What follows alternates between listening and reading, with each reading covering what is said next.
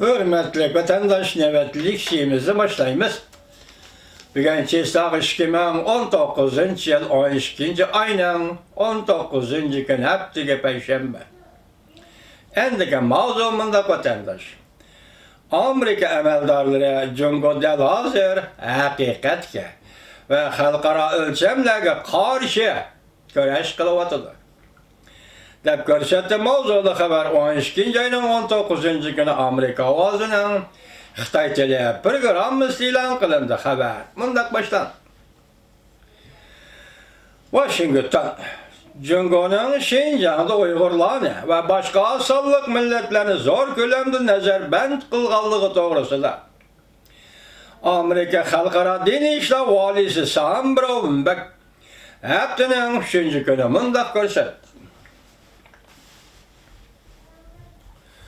Cumhuriyet del hazır hakikat ve halkara ölçemlerge karşı uğraş kılıbatıdır.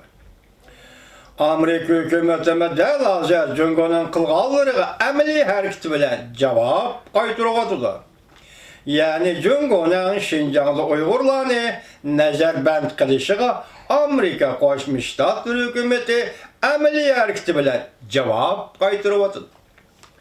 12. ayının 18. günü bir katımlık faaliyette Amerika Koşmuş Ştatları Dini İtikat Erkinliği Valisi Sam Brownback nutq sözlep Cumhuriyet'in Şinjan'da Müslüman asallıklarını bastırıvatkanlığına ayıpladı.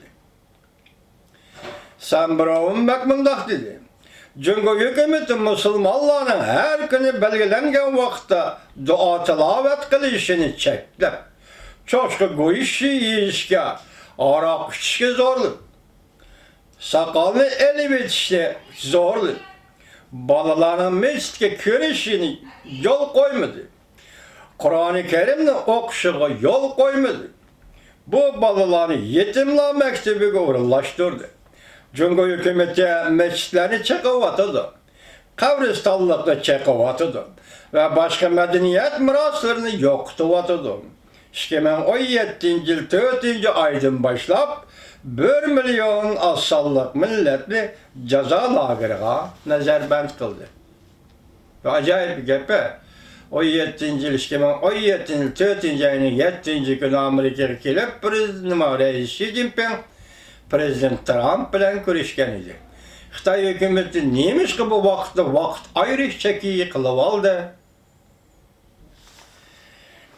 Brownback Cumhuriyet'in bu hareketi del hakikat ve halkara ölçemlerine karşı uğraş kılıvatıdı dep ayıpladı. Şundakla Brownback hadisın tatkikat merkezinde bu katem Cumhuriyet'in Şinjan'da kişilik hukukunu depsendi kılış hareketi ve Amerika'nın inkası muhakeme kılış faaliyeti elip verildi. Amerika'nın inkası mavzusu aslında muhakeme kılış faaliyeti elip verildi. Hadisın tatkikat vardı. Sam Brownback mındak dedi. Terörizm dünyada köplüğer aylarda cümleden Amerika ve Cumhuriyet'da emmisi bir xil intayin real hakikattir. Hürmetlik Sam Brownback Uygurlarga bek yaxşı köngül bilip otursiz.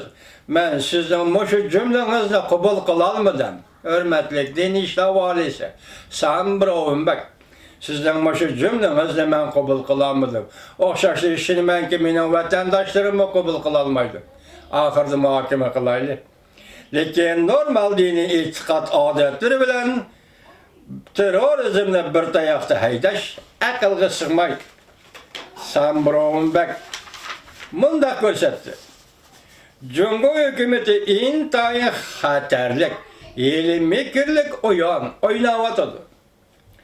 Hakiki ahvalını yoşurmakçı bulavatıdı. Cemaat fikirli hata yolga yeteklemekçi bulavatıdı.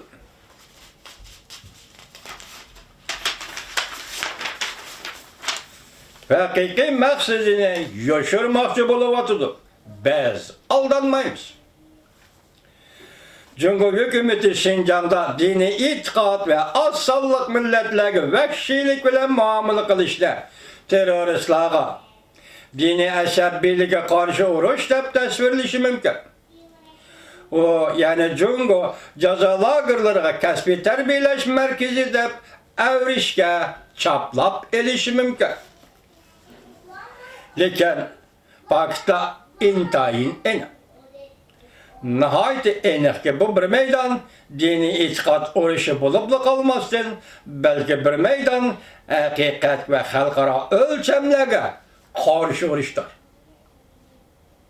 Bu urushni diniy e'tiqod qilib qaratmadi Jungo hukumati.